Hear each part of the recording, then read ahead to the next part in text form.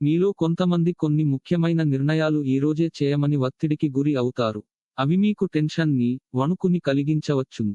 మీరు ఈరోజు ఎవరిని పరిగణంలోకి తీసుకోకుండా అప్పు ఇవ్వొద్దు, లేనిచో ఇది మీ భవిష్యత్తుపై తీవ్ర ప్రభావాన్ని చూపిస్తుంది.